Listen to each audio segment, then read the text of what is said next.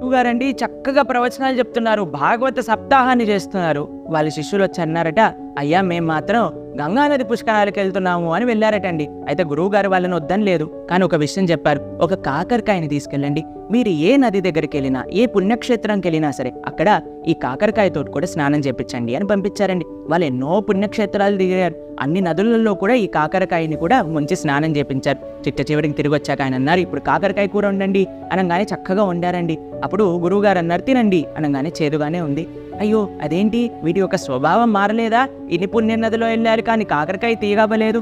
అలానే అండి, మనం ఎన్ని తీర్థయాత్రలు చేసినా, ఎన్ని పుణ్య నదుల్లో స్నానం చేసినా మన లోపల నుండి కల్మషాలు ఎప్పటి వరకైతే పోవో అప్పటి వరకు మన స్వభావం అనేది పాపం పోవచ్చండి, కానీ పాప ప్రవృత్తి మాత్రం పోదు.